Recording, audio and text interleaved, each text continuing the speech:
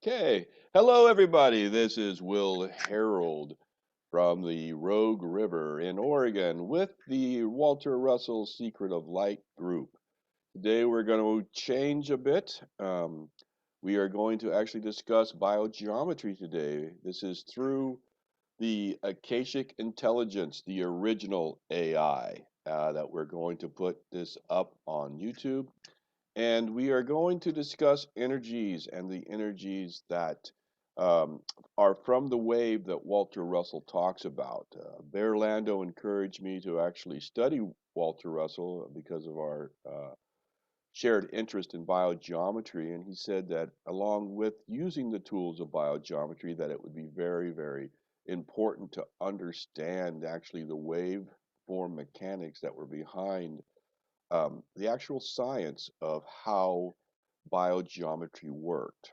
One thing that I'm finding that as I speak to people, and again, this is all very new, and for a lot of people, it's called woo-woo or, out there. But you can actually talk to anybody that, from what I've found, that has a spiritual bent, and even say with my own family, who are Christian based and believe in things like the Holy Spirit, believe in miracles, believe in things that can happen but could often be like associated with magic or woo or what you want to call it. But once you say, if they do have that spiritual base and they do know that spirit can work and move, what you're really doing, you're just saying, well, all I'm doing within biogeometry or waveform mechanics is explaining how the spirit is transmuted or transformed down from the heavens into the 3D, and what are the mechanics that make that work within the 3D plane, which is the waveform mechanics. So what we have then is, you know, as above, so below, uh, the spirit coming down, being manifest. So we have the spiritual and the science. So now it's a spiritual science, which is also talked about by uh, Steiner and so on. So the idea of the spiritual science is really what Steiner said was going to be the new way going forward for mankind as we uh, change into the new consciousness. And we're no longer just going to be based on a belief system, but on a belief that there is a higher power, but that does have a scientific explanation in the 3D. So, with that being said, I want to look at the Vesica Institute, which is Dr. Robert Gilbert. He has a great site, lots of really good information and courses you can take through him. He is one of the only sanctioned teachers by Ibrahim Karim in the United States to teach the courses. I took the courses from Robert in person in Palo Alto uh, 3 years ago. So that was really because now mostly everything's online, and because of what's going on, they're not really giving a lot of classes in person. But I took basically the study for biogeometry is what I took was a 2 week course, the first work being the basics in biogeometry, and the second week being the advanced topics of biogeometry. And in the first class, you're basically learning the basics of biogeometry, some pendulum work. But then you actually move into the advanced topics, and this is what we're going to talk about today is actually an advanced topic called the archetypal ruler. And so within the archetypal ruler, I'm just going to read through this a bit so we can, since some people like to listen to the podcast, or these things. So I'm going to talk a little bit about this. And so if they are listening, they're not seeing. So we are only just beginning to decode and reclaim the advanced vibrational science used in the ancient Egyptian temples. Some of the most important modern rediscoveries have been made by the Egyptian architect and natural scientist Dr. Ibrahim Karim, founder of modern biogeometry. So, if people aren't aware, Dr. Karim is Egyptian, and his family has a history and is very well connected to the archaeology of Egypt. So they did a lot of work with Egyptology, and his Egyptology is different than, say, the British Egyptology of that these are all tombs and that kind of thing, that which is really comes from the 1900s and from Napoleon and so on, that was really has been propagated as Egyptology, but may not really encompass or doesn't encompass what some people believe was truly going on with the Egyptian mysteries. So Ibrahim Karim comes from that background from Egypt. He wanted to be an architect. He went to Switzerland and studied at the Swiss Academy, where he learned where he learned planning and design and architecture. So his background became very based in architecture and structure and design and how to put things together. From that, he began to study radiesthesia, which is the use of a pendulum and a form and a shape. And so, we've talked about this in the past, but this, if people can see this, right, is a pendulum that is used, and this is called the Waj pendulum. But as you can see, all these different shapes constitute the different planes of nature. So that, again, the disc is a mental plane, and the hemispheres and spheres and points are all different things of the etheric, the vital, the astral, and the spiritual planes of nature. And so what's is happening with this is these different shapes are actually interacting with the waveform through through your body, through your DNA and so on, and picking up those waves. Now this differs from, say, like a neutral pendulum or something where you're doing a mental dowsing, like say where you use what this is called just the neutral pendulum, which is very powerful in itself. But you usually with this you do what they would call a mental dowsing. So you're asking like yes and no questions of the pendulum. And that's why it's called mental dowsing, because it's going to give you a yes or no answer. It's going to it's going to spin in a direction. So with the biogeometry, you're going to get the clockwise spin once you begin to pick up certain energies. And one of the main energies within biogeometry is this pendulum here, which is called the BG3 pendulum. And what the BG3 pendulum is BG just stands for biogeometry, and 3 is the 3 major energies that they found within sacred spots and also within Coptic Christian saints' tombs, which is one which is called the higher harmonic of gold, which oftentimes when you see in like Byzantine paintings and things where they have the gold, halo around saints or whatever, that's that higher harmonic of gold. And then you also have ultraviolet, which is kind of the spiritual realm. So within it's believed that angelic forms and things will actually materialize within the ultraviolet spectrum. And then you would have what he would call negative green. And negative green is kind of the life force. And that life force of that negative green, I've had some conversations with Bear, because as you talk about orgone and prana and chi and all these different names, which come from different traditions or different courses of study, my question was, is it really all the same? Are we all talking about the same energy just with different words based on our systems that we're in? And he said, yeah, he kind of thought it was all the same. So as we begin to talk about um, these energies and how How they're, they're, Sam, can Sam, you can you mute? mute? Oh, sorry. As we talk about these energies, we also can begin to relate other forms, other systems, and so on to how they all relate and interact with this life-giving force, right? This chi, prana, BG3, and so on. And so we can now begin to tie, instead of having differences in theories or structures, we begin to see the similarities. And then we can actually begin to draw some synergies between those that become much more powerful as we combine the different modalities, and to create even a much stronger science and system. So that is so everybody understand what BG3 is, or is there any questions about BG3? All right, okay. The other thing about BG3, now, yeah, for those who are flat earthers, they may not agree with this definition of BG3, but within Ibrahim Karim's cosmology and ideas is that BG3 is also the energy that's being put off by, as the earth as the sun shines on the earth, you have the sunny side, you have the dark side, right? So as the sun hits the earth, as it goes through the earth, it comes back to the backside. And on the backside where it's dark and where most people sleep at night, that is where BG3 is also being generated. So as the sun comes into the earth, is filtered by the earth and goes to the dark side, that's also the negative green on that side.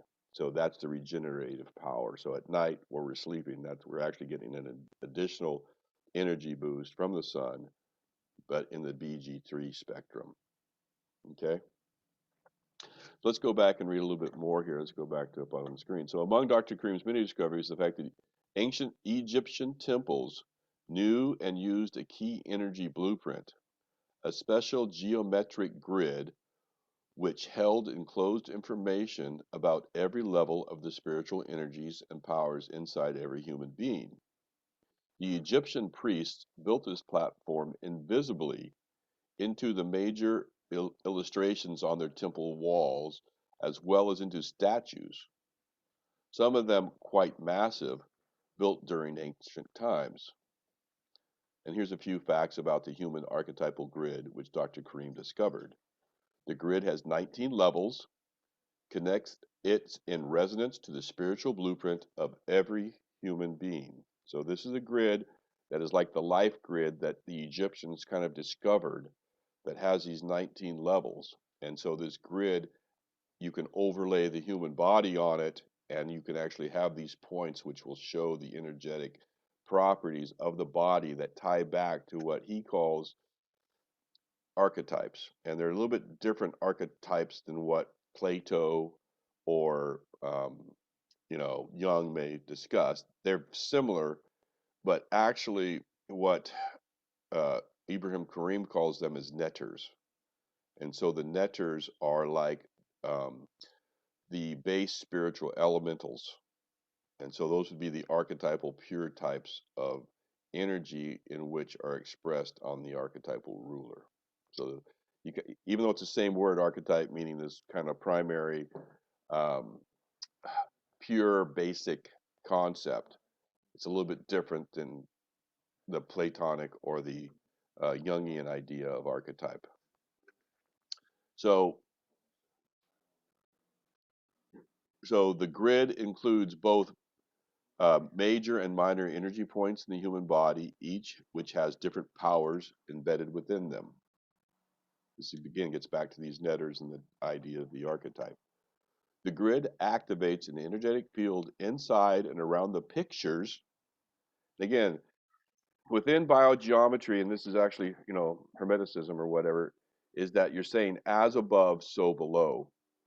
So if I draw an image of something, I can actually capture its energy signature by actually just drawing an eyeball or a heart or other things. I can actually capture its energy signature. So it's kind of as above, so below. So through the image and through my intent, I can actually begin to capture energetic levels and energetic signatures. So the grid activates an energetic field inside and around the pictures and statues created within this code. These have energetic qualities similar to a human saint in prayer, which can be directly tested and confirmed by biogeometry methods. So again, we get back to the statement here, which is we're capturing energetic qualities. And this was a very big concept within our Secret of Light within Russell, as you guys know, that energy can have two components. One is quantity, which is like how intense the power is, right?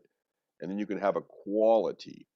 So it's like with red, it's like, is this more red or less red, or that's really kind of like the energetic level, the quantity, right? The quality is what does that color produce in terms of the aesthetics, right? So we have a rose, right? What is the quality of a rose, right? The quantity, we can weigh the what rose, we can check its mass, but what is the quality of the rose, right? As Shakespeare said, if a rose by any other name would smell as sweet, right? It's because you're actually taking that quality of that rose. How does that rose affects the quality of our lives? What are the qualities that can't be measured? Can you measure love? Oh, my love's more intense. It's greater. Well, how do you measure that, right? But there is this quality to love that can't be measured, that can't be tangible. And so the only way that we can actually, from within biogeometry, measure qualities is through biogeometry and waveform. And so these tools are what actually help measure those qualities. So again, it gets back to kind of like this BG3 is like a saint. So a very pure, you know, um, well-intentioned type person who's in prayer. What are they emitting? What is that energy signature? I think, we talked a little bit about last week where I was in the ocean trying to release elementals from the ocean, and somebody walked by and said, "What are you what are you doing out there?" And I said, "Well, I was releasing elementals." They said there was this huge just energy around you when you were doing that, and they were drawn to go over and stand by me, and I was just standing there looking at the ocean, doing this practice through Steiner. So as we get into these different states of consciousness, it can actually be picked up by other people and she was a Reiki practitioner, so she was very familiar with these energy levels. So I do believe that we can emit, you know, these higher levels of resonance of gold, harmonics, and so on through spiritual practice. Um, the grid can be used to activate the complete spiritual energy grid within any human being or to activate any specific center within the human being. So it can do the overall, or it can just do specific centers based on what you really want to do within this archetypal ruler. The grid can be adapted to test the energy quality and quantity within any person, place, or thing. The grid can be used as a powerful energy balance device, which can affect any space it is activated in. The grid is related to the Heka sounds of power used by Egyptian priests, which can activate energy centers within the human body. So, you know, sound is vibrational, right? So we can activate also through sound. And this is one thing that I think that was we talked to Barry yesterday. He was actually very excited and looking forward to working with sound and creating sound studios because he actually sees that as a very strong modality that he would like to incorporate into alphabetic and teach. I forget what the gal's name is that he interviews, but is going to work with her quite a bit on really, beginning to use sound within therapies also. So modern Egyptologists are aware of this 19-level design grid used in ancient Egypt, but have no knowledge of its significance. So it's like they're aware that there was this component within these hieroglyphs or within these drawings within the temples, but they don't know why they're there. And it kind of gets back to, you really have to, I think, begin to understand what the Egyptians were trying to accomplish, very ancient civilization and so on. And what was their technology? Was Is there a technology that is different than ours that is based on, what they use, which was form, number, grid, all these things that we've now forgotten and or uh, put aside because it was lost. And who knows why it was lost. Oftentimes when people begin to have certain secrets or whatever, uh, they want the power of it, so they keep it more and more and more secret, and finally it gets lost, right? Because we no longer it's no longer taught or so on. So the use of the grid on Egyptian temple walls. Within the flat grid of 19 levels, the Egyptian priests preserved the design code of the human body in the way that people were depicted on the temple walls. This required simplifying a 3D pattern of energy points inside the body into a 2D pattern. To be able to preserve the 3D form, information when reduced to a 2D projection on a flat wall, certain postures of the body were necessary for the figures on the walls. These are the famous postures, artistic styles we know from the ancient Egyptian art. For example, it is necessary for the majority of the body to be presented forward and flat in the picture so that code information is not lost by an oblique perspective. This technique results in the image we are familiar with from ancient Egypt figures, looking toward one end of the picture, but with their shoulders squared to the view and feet turned fully to the side. The grid of the 19 level is unique to ancient Egypt because they made the cornerstone of their design the spiritual archetype level of all things. Other types of grids were used for design in other cultures. For instance, the Greeks used a grid based on the physical level and the human head, resulting in a grid based on seven or other numbers. So I don't, within my architecture studies, I had to do a lot of art history and so on. And so when you look back on like these type of drawings, these flat, it's like, well, they didn't have the ability to draw correctly, right? They didn't have the ability to draw in perspective, or they didn't have the ability. But at the same time, they're doing statues, right?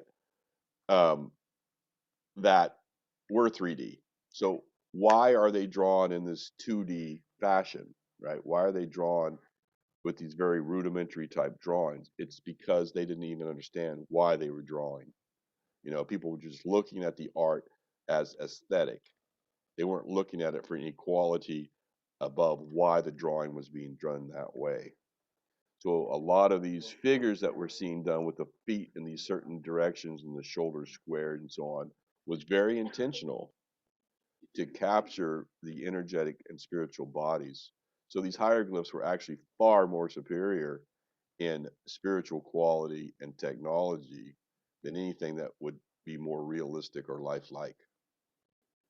It wasn't just trying to capture what we could see in the physical, it was actually trying to use the human form with a grid pattern to capture the energetic levels and to then be able to do technologies on the body and on our physical existence that would work in a greater way. And then so that was the Egyptian use of grid and so on. And then later on, we have the Greeks that are doing the golden mean and all these other types of things later, which have the same ideas as sacred geometry, but aren't truly based on the Egyptian patterns. Any questions so far on what we've talked about with the grid and the archetypal and what the Egyptians were doing? Okay. I can just imagine when they go in those rooms in those times, um, it would have an effect on our body. You know what I mean? On their body. Mm-hmm. And those priests or the people that are in there, the temple, yeah, I mean, if they were told a little bit, then they would know, you know what I mean? Like they must have felt quite a, well, I'll say an energy rush or whatever it is. Yeah.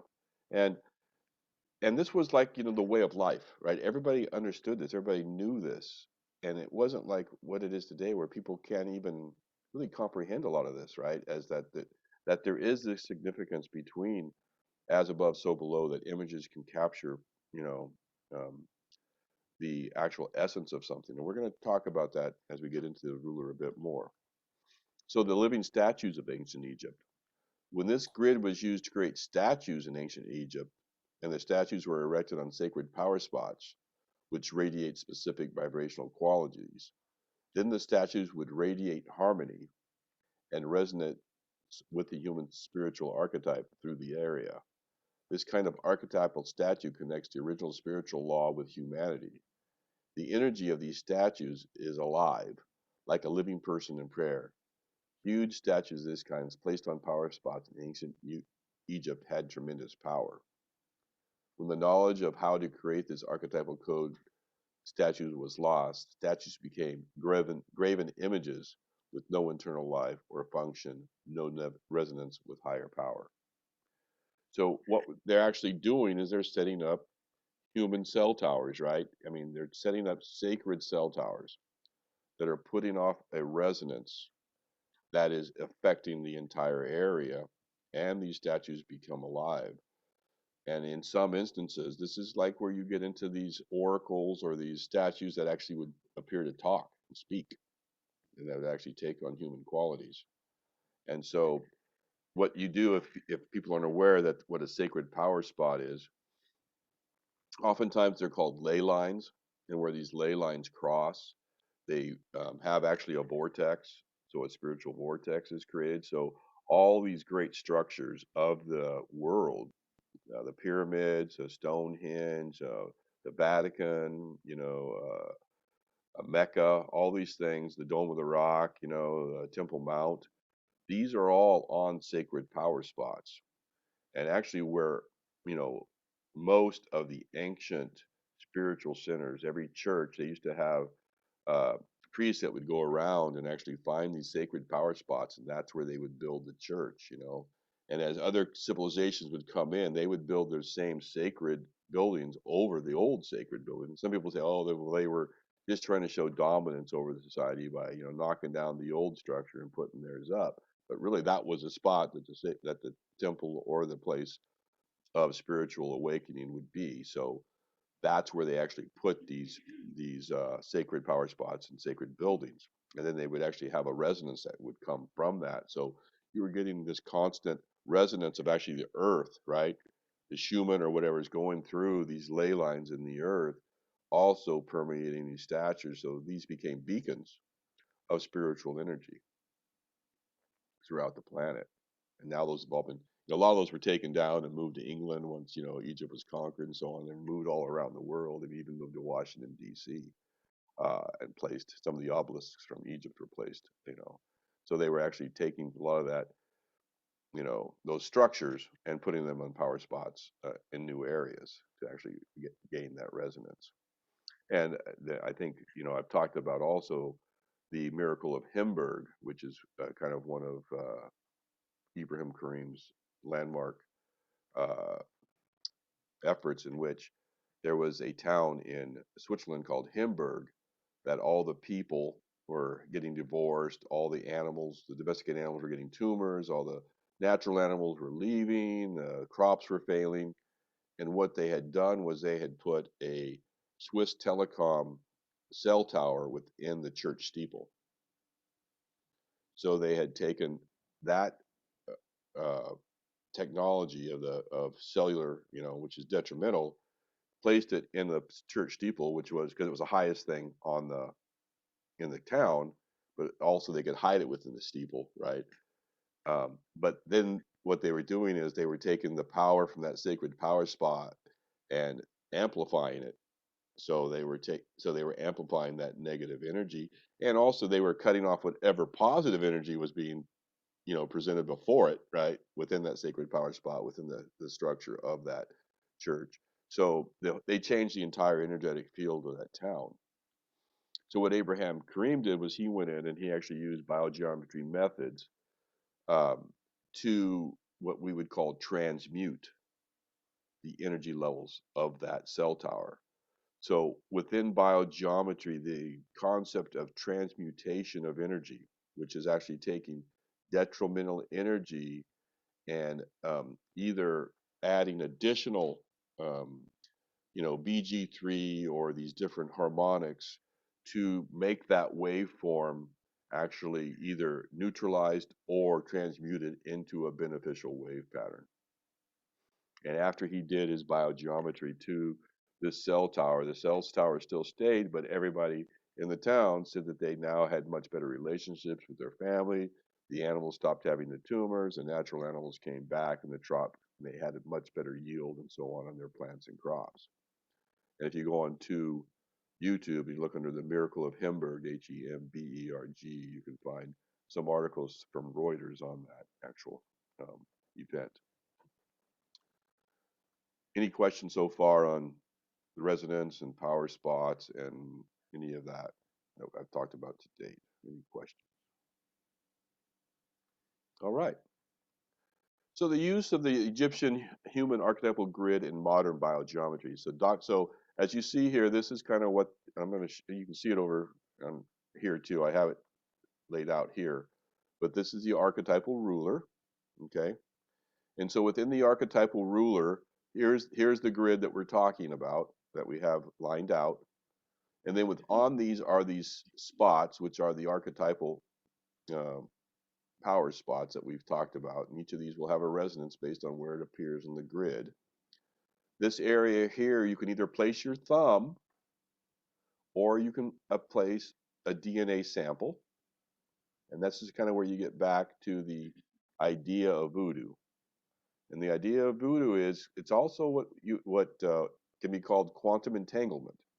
If anybody knows what quantum entanglement is, the idea of quantum entanglement is a idea that was put forth by Einstein, which is also called spooky behavior at a distance. That's where the spooky 2 and so on Rife machines get their name of spooky 2, is the spooky behavior at a distance. And the idea is if I have a fingernail or something, I can cut my nail. Within that nail of my fingernail is my DNA. And that DNA never actually separates from my body, even though I have removed it and moved it to a different location. There's still an entanglement between that fingernail that's cut and the fingernail that's in my body and my body itself, because it is my DNA signature, right? That's unique. And so the idea is that whatever I do to that fingernail will actually have an effect on the rest of my body because it is entangled through quantum entanglement. So it's kind of a scientific explanation for how voodoo works, because within voodoo you take hair or different things, right? And you make a doll out of, and you do things to that doll. So the idea is that, you know, through what you're doing through intent on that doll, you're actually using quantum entanglement to affect something back on the body from which it came from. So there is like a scientific explanation to the concept of the voodoo, right? And so within this, that same concept of DNA quantum entanglement, you can, what you do with that on the ruler can be transmuted at a distance to somebody else or to an area. Okay. So any questions on that, on quantum entanglement and DNA, and any thoughts on that or anything? So we did a biotuning session Mm-hmm. a while back, Mm-hmm. and I was trying to get my head around, like, she's using these tuning forks Mm-hmm. and being able to work on us from remotely, all the way from New Zealand in this case. So I guess that's a way to do it, using what you Yeah. talked about, blood here, or Yeah. but Or using, that's like quantum entanglement, like, it's well, got to do. what with if you're doing biofield tuning at a distance, that's really more like Reiki, so it's intent. So you're actually trying, through visualization, and it's almost like remote viewing, right? To where you're actually placing yourself next to the body. I would say that this would be much more specific Okay. to where the tuning would be more energetic field overall. With this, you can get actually drill down much because you have a much better sample. If you understand what I'm saying, right? You actually have a physical sample that you're dealing with, so you can get That much. why then the Bigelson, Hmm. they work with the blood. Exactly. I mean, the better sample you have, right, the better information you can garner, right? So, if you get into the blood, or you get into the DNA, or you get into certain things, and I'm going to go over a little bit of how we can use DNA within the archetypal ruler when I get into actually showing that. Any more questions before I move on? All right. So Dr. Kareem has integrated his discovery of the human archetypal grid into practical training methods. In the biogeometry foundational training, students learn to directly test different energy qualities and methods to create highly beneficial energies. One of the many methods taught at the level is the use of specific number qualities in design. And I talked a little bit about that, I think, before class, about, using number of stones and things around trees, and how important that was to, based on sacred geometry and numbers for what you want to accomplish. Um, so we can number of qualities in design because of the powerful and profound energy which the proper use of a 19 grid creates. We tend to use this number of vibrational qualities for designing spiritual locations, and not for locations for more general use or for the general public. In the biogeometry advanced training, students are taught how to use a special energy measurement device on the human archetypal grid, what Dr. Kareem calls the human archetypal ruler, or BG3 ruler, number name for the biogeometry human archetypal ruler, as BG3 is energy which balances and centers all living energy systems. And we talked a bit about that, of what those three harmonics were. Again, I'll just repeat it. It is negative green, the higher harmonica gold, and ultraviolet are the three BG qualities for which we're talking about here for the living energy systems. This amazing tool allows biogeometry practitioners to directly test any living human, animal, or plant, any location, and even inanimate objects for their vibrational qualities and quantity. With a special attachment that has shapes connected to the different planes of nature, practitioners can test on any plane level of the energy system, physical, vitality, emotional, mental, causal, spiritual, or divine. And so within these nine, we will we can put these different planes of existence here, or planes of nature, to actually test where your blockage would be with it. If you once we find out within the archetypal pattern, we can then drill down into the plane of nature in which this is happening. So this would get back with, say, within the ideas of German new medicine and so on, because where that's being manifest, where that issue is being manifested, um, is different. And oftentimes we may just look in the physical plane, like we may just look at the chemical process. Well, you have an imbalance, you have a hormone imbalance, whatever. That's really looking like at just the physical plane, right? But then you can say, oh, in German new medicine, oh, well, German new medicine, we're going to look, within the emotional plane, right? We're going to see that there's a trauma, even like within biofield tuning, you're looking at a trauma, right? You're looking at maybe something within the emotional body or within the actual vital body, even, which would the vital body would be more considered, I guess, the subconscious body, where we're looking at like the autonomic responses of breathing and heartbeat and things like that that we don't control, right? But then you get into the mental plane. So how much is my mental? This gets back into um, Russell and even into German New Medicine. How much are my thoughts affecting my health? Right? How much of those affect? I can take all the supplements I want, but if my mind's not right, those supplements may not help because my mind is overriding so much of what my body's doing. So that issue may be in my mental plane. And then you have the causal plane above that, and then you get into the spiritual planes. It could be a spiritual thing. So this will just identify in which natural nature plane of nature your issue may be being derived. So you may change your focus of your modality based upon what plane the issue may be originating in.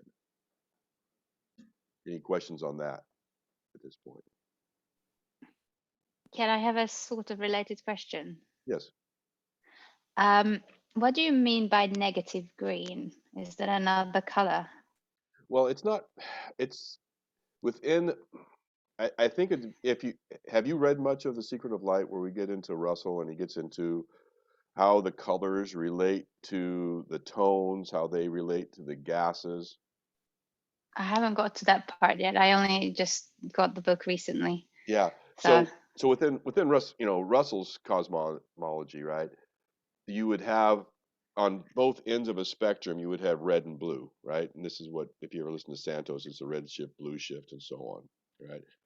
Within the middle, you have a yellow, but within those bands, you have um, this whole array of colors, right? And so within that shift, so the negative green is really, think of it as a vibrational frequency, not so much as the color itself, but as the vibrational quality that's being emitted from that color, right? So it's a quality.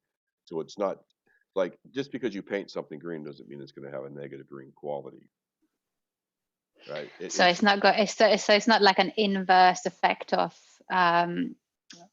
green. It's not like that. No, it'd be the vibrational quality and the way that they're um, describing the quality is through the color spectrum, rather than saying, no, this is a 76 hertz wave or something like that, right? With this resonance and this carrier, it's easier to say that it's a negative green quality. That's what we're going to call this, right? And so even like I said, within the ultraviolet spectrum and thing, they're actually saying these are some of the ideas or the higher harmonic of gold. Negative green is a little bit different. It's just really this whole thing of the regenerative power of the wave. So within the negative Mhm. green, that would be, like I said, that would relate to prana or chi or some of those other things. And then there'd be the minor qualities of beneficial energies with these other colors and spectrums. Thank you. Does that help? Thank you. Yeah, yeah. Hey, any other questions before we move on to this the last part here? Okay, so we've talked a bit about the ruler. We've talked about the planes of nature, and so the three grid system: male, female, and archetypal human. So Dr. Karim found that there were two different grid patterns in the human being shown on the temple walls and statues, one for men and one for women. Dr. Karim then found the points common to both men and women to arrive at the non-gender universal human archetypal pattern. It is in this pattern which Dr. Karim has made available through the human archetypal pendant and the BG3 ruler. So some people have this pendant, and it's sold on Dr. Karim's Biogeometry.com website. If you want to buy a pendant, you can actually put the pendant on. And then so wearing the Egyptian grid pattern on the human body, the human archetypal pattern on the BG3 ruler is the same as on the human archetypal pendant. However, because the human archetype pendant has been designed by Karim to be worn directly on the body, some of the points in the full archetypal pattern were taken out to reduce the intensity of the pendant to a level where most people are comfortable with it. The pattern on the BG3 ruler is the complete pattern. Note that the Vesica Institute imports both the human archetypal pendant and the BG3 ruler from Egypt. The pendant is available for sale to everyone as it requires no training. One simply wears it as one would any pendant. The BG3 ruler is available to students in the advanced biogeometry training, where they are taught how to measure energetic fields accurately with this tool and to use it as an energetic tool in its own right. So a lot of the tools I'll be showing today, you actually have to take the training in order to purchase them. And that's kind of, and you can take those courses either through Vesica or through biogeometry.com or through, it really depends on how you want to take the courses in order to actually buy some of the advanced tools within um, biogeometry. Any questions so far as some of the things I've covered? Is there any question you have? Be free to. I mean, don't think that it's a stupid question or whatever. All questions are good and may help other people that are having the same thoughts. For me, this is just all new stuff, Mhm. and I I'm not absorbing it enough to ask a cogent question. Okay, that's fair. When you were covering, well, I think you might have mentioned rose there at some point, Mhm. like the flower, I think. Mhm. Yeah. I have at home a rose petal water from Edgar Casey. Mhm. It's like a potential. I don't have the bottle here. I'm not using the right words, but there's a way there Mhm. generating whatever, and so when you spray it on, Mhm. it's like a lift. I don't know how to Mhm. describe it. So it kind of gets to what you were saying about the energies of things. Mhm. Mhm. Yeah. So I know lots of people like rose petals. Imagine the people that put that in the bath or whatever. Mhm. There's got to be something to it, eh? Mhm. And Yeah. with that, the idea that all things have energetic signatures. And so what the biogeometry is really ways to measure that, because it's very difficult if you don't have some type of metric, right, in which you can actually say, is the treatment effective? How do we know these things? And so, and even with the biogeometry pendulums, I mean, they're kind of inexact because the person using them, has to hold them and they spin, and it can be, very kind of woo woo, or hey, you're spinning the pendulum and so on and so forth. But if you actually watch it in person, the spin of the pendulum is not, and it's very difficult to get a spin on something it's easier to get something spinning wide. It's very hard to get something to spin at a very narrow band on a string. I mean, it's just almost impossible to do it if you even try. So when you start seeing the pendulum move on that very small level, it's very difficult to get that with a string and something on the end of that. It's much easier if you want to really get it going and getting a big wide arc going, and that's easier to do. But to do it on a very small level is I think impossible actually. So we're now going to do, we're going to talk a little bit about how these human archetypal rulers used and what is happening with that. I don't know if I can just isolate this one or not. Spotlight for everyone. Okay, is the archetypal ruler being spotlighted for everyone there? Can they see that? Can we zoom in a bit? No, is that Well, Grant's camera? We're on G. Grant, yeah, right here we're on G. Can we see? We're on G, eh? Yeah. Like it's very small because we are seeing the, I mean, we're seeing I'm your gonna stop screen sharing my here. screen. Okay, stop share. Sorry. Yeah. Okay, great. Oh, wow. Can you see that now? Yeah. Okay. So what I'm going to turn it the other way because I think it's probably better to view it in this angle here. And I have it on the blue because hopefully, because what it is, it's just a clear acrylic board here. Can people see this? Is it too? Okay. And so what we have here, if people can see, this is a little ring that's right here. Okay. Want to turn it off? Want to turn that off? Turn that off. See if you can hear it. Can you see it better now? Yes, it's better now. Okay. So can you see the circle right here? Yes. So within that circle, what we put there, if you guys can see this, okay, Yeah. all you need is a piece of paper where someone rubs their DNA from their forehead, and that DNA gets on this paper, okay? So this is now the voodoo strip. But what you want, I don't know if you can see this or not, but you want that to be signed by the person Okay. who gets the DNA, because that actually makes it personal and gives you, they're giving you their permission to actually do this. You don't want to do these kind of things without the other person's permission. So that's a little bit different from doing the voodoo and this, right? Voodoo, you're kind of doing it, incognito, right? You're doing it without their permission.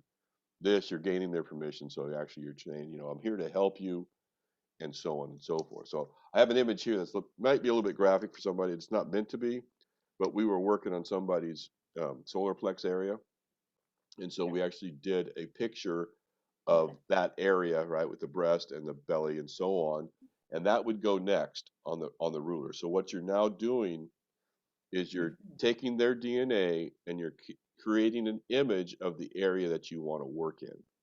Okay, and so that's being brought from above to below. So you're actually manifesting that body and that area in, a realm within an energetic realm, and you're capturing that on the archetypal ruler.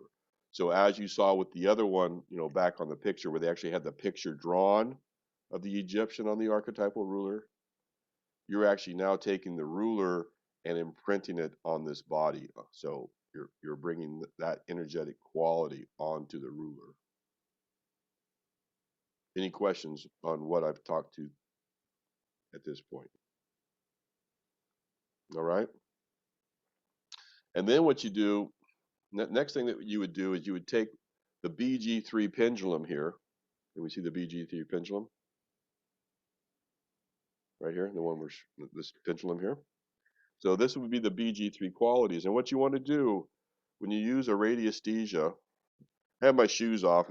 I probably should stand up. And your posture and everything has a lot to do, but I can't really get into it here that much. But when you have a pendulum, what you want to do is you want to put the string around one of your fingers just so it's easier to hold. If you can see that's just around one of my fingers, right?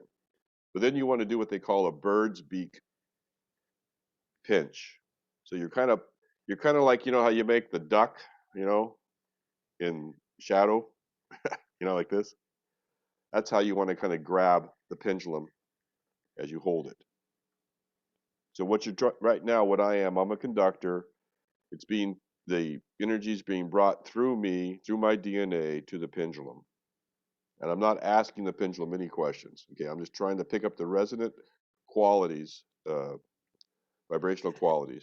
And I would go over each of the dots. And so what you do, see, as it begins to spin here, What that means is that that area, that dot is healthy, right? And you move to each dot and you try to find a dot that's not moving. So, so it looks like this is the area here that's not moving. See, the pendulum's not spinning. So that's where you would have that blockage for that area in that body for that person. And the next thing that you would need to do is you would get this thing. I don't know if you guys can see this or not, but hopefully you can. This is actually the 9 planes of existence. So each of these symbols on here represent a plane. Now there's more than 9 on here because we have additional um, areas for the mental plane. Because from what Abraham Kareem and even I've seen mostly, even though not so much recently, but uh, usually I see more issues in the mental plane. And you have to really kind of drill down into the mental plane as to what area. But, you know, when you get the archetypal ruler, he actually will give you these other, you know, more exact things of like, you know, the kidneys, gallbladders, and so on that you would actually put in this area instead of the drawing that I did. You know, so you could actually put like the brain, the heart, the kidney, or so on to actually concentrate on those areas, and they're already done for you. If you put, instead of an image of a body part or an organ or whatever here, if you put the homunculus, which is like a drawing of the entire body, you know, like a human form, then it would break this whole thing down into the chakras only. And you would just be working on the chakras rather than a specific body part. So if you just reduce that image down to the entire human body, you're now working on the chakras. Any questions so far as to the what we're doing, where we're trying to go, and what we're trying to accomplish now as we get into the planes of nature?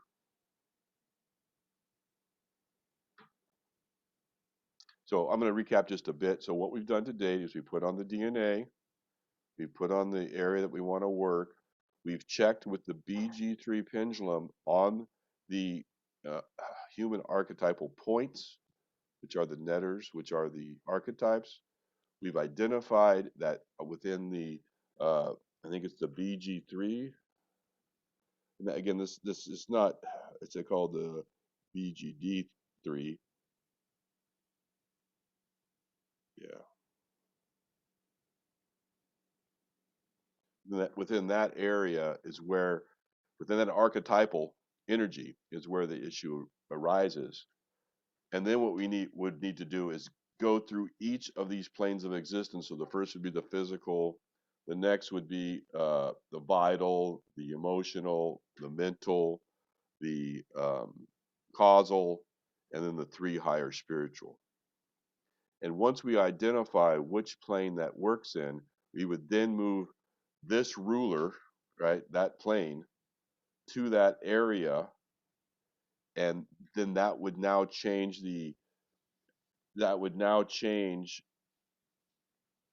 and the pendulum will now spin on that dot that wasn't spinning before. So we now know that we've addressed that.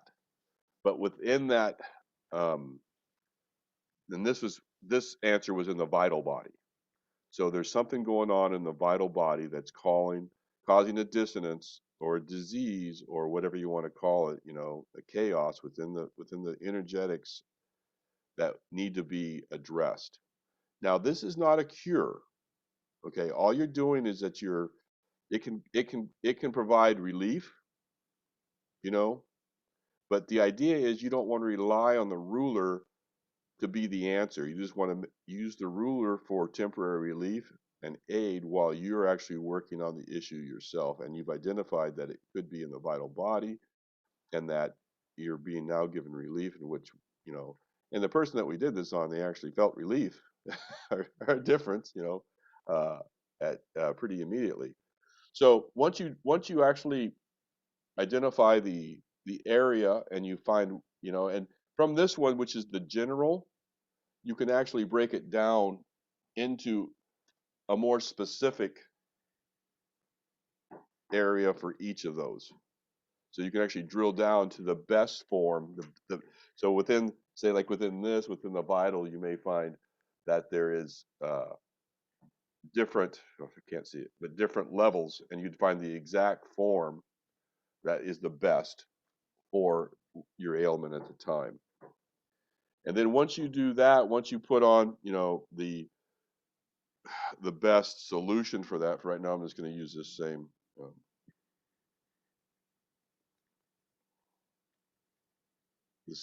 issue here.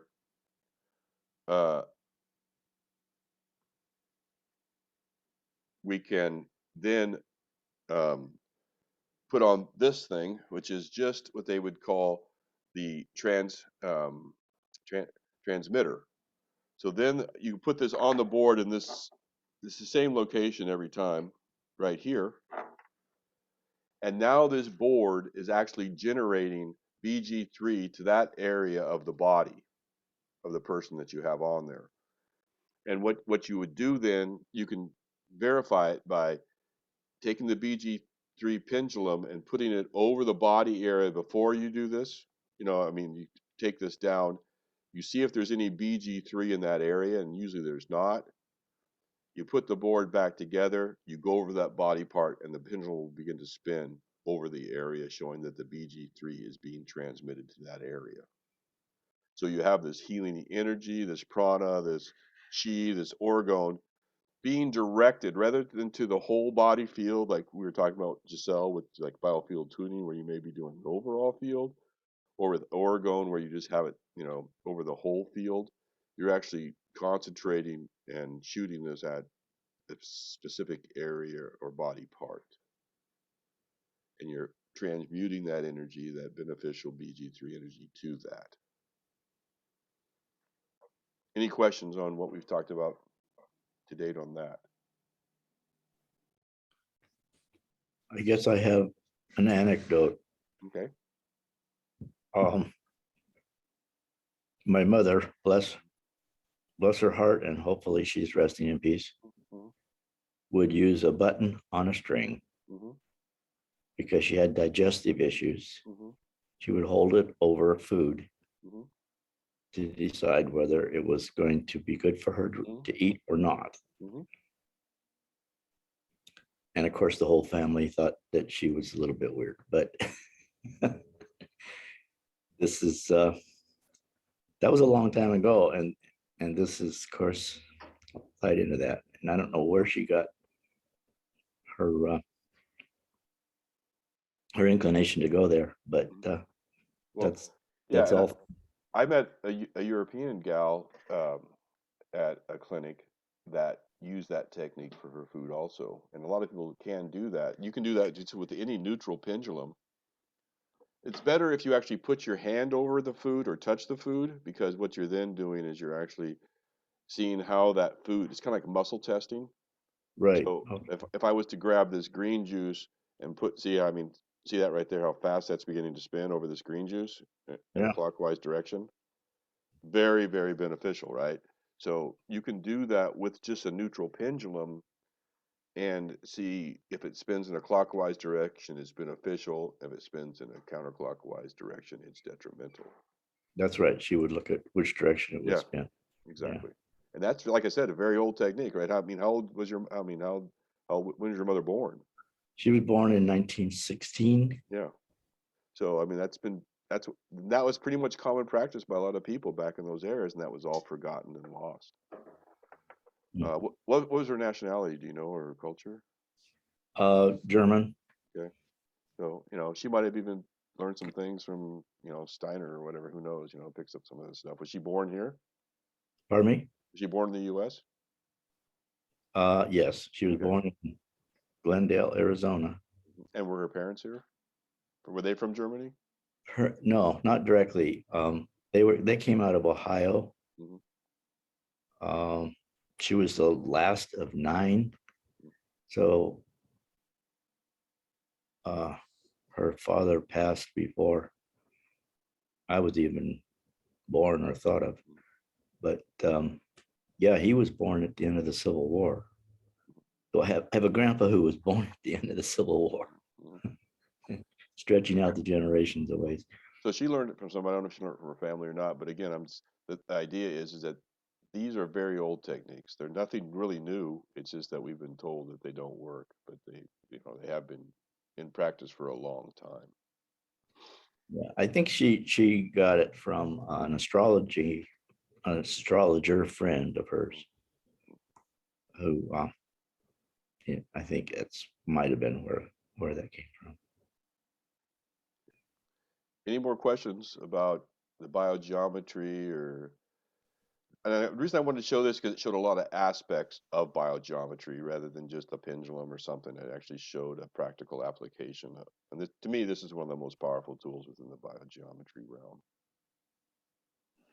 Can I ask if scale matters? Like, for example, these drawings are all quite small, for example, in relation to the real ratio of like the actual body. So would it matter what scale these geometries are created? Like, No, is there an amplification with scale up or down?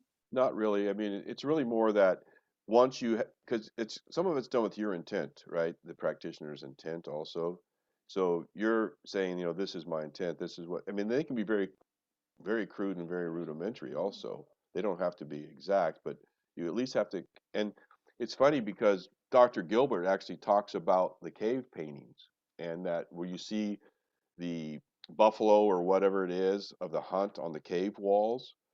What he actually says is that the shaman would paint this buffalo, right? This very crude animal, and they would actually go and throw spears at the image on the wall to weaken the buffalo they were going to hunt.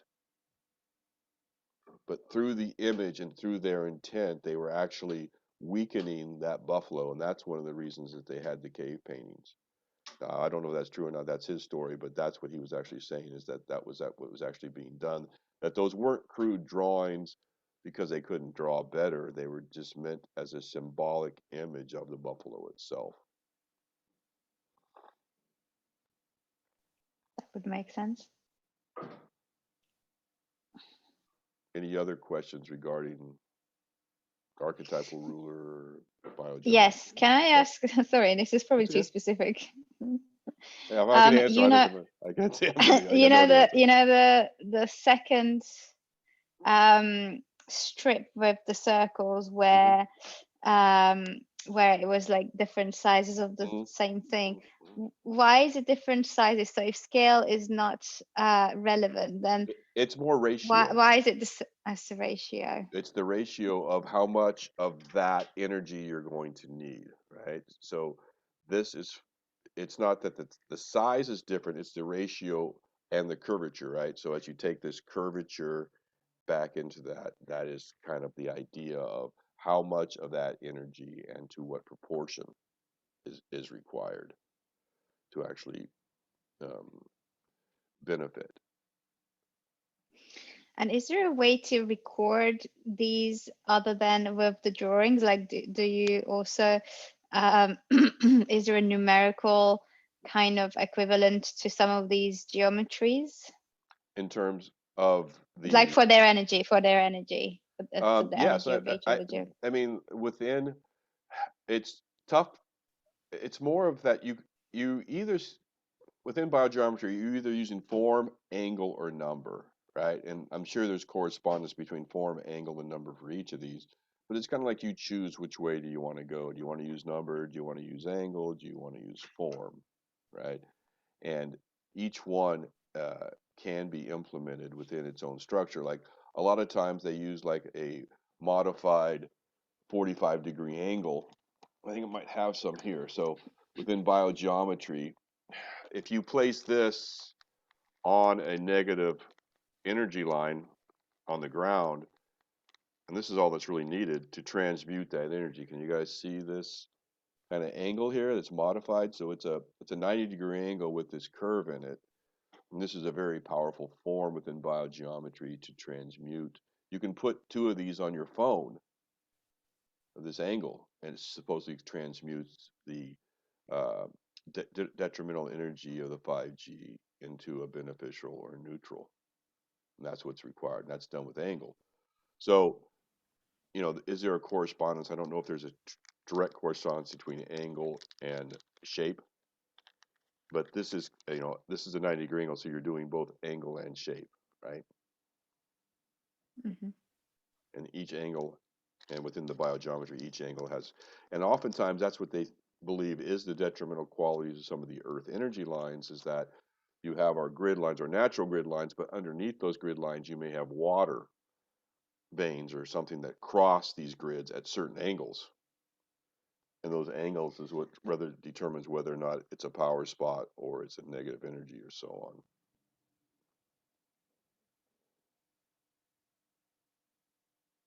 I'm thinking, I was telling that to a friend yesterday, because I was listening to Dr. Lando when he talked about the Hebrew language. Yes. And he says he's studying that. And then he does studied as well the Hawaiian language. Yes. So then I said to my friend, in the Bible, it said, okay, when they were trying to stone this woman, and the Christ came and he made with a stick, he made a sign on the ground, right? And I'm just saying that knowledge is there. We could learn it. Like it's like the mudras that we saw on EV, like if we make certain whatever shape with our hands or so I just keep looking at this thinking, wow, there's so much, eh? Well, that's funny because Isaac was talking to Bear yesterday about mudras, and Bear pulls out this book. How many mudras are in that book? Hundreds.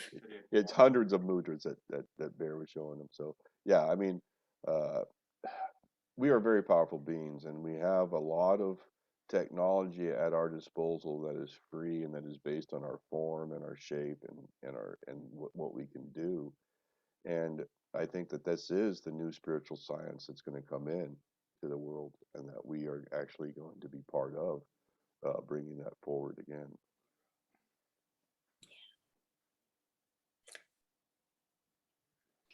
Can I ask another question? Sure, that's what you're here for. That's why we have Europe Friendly Day today.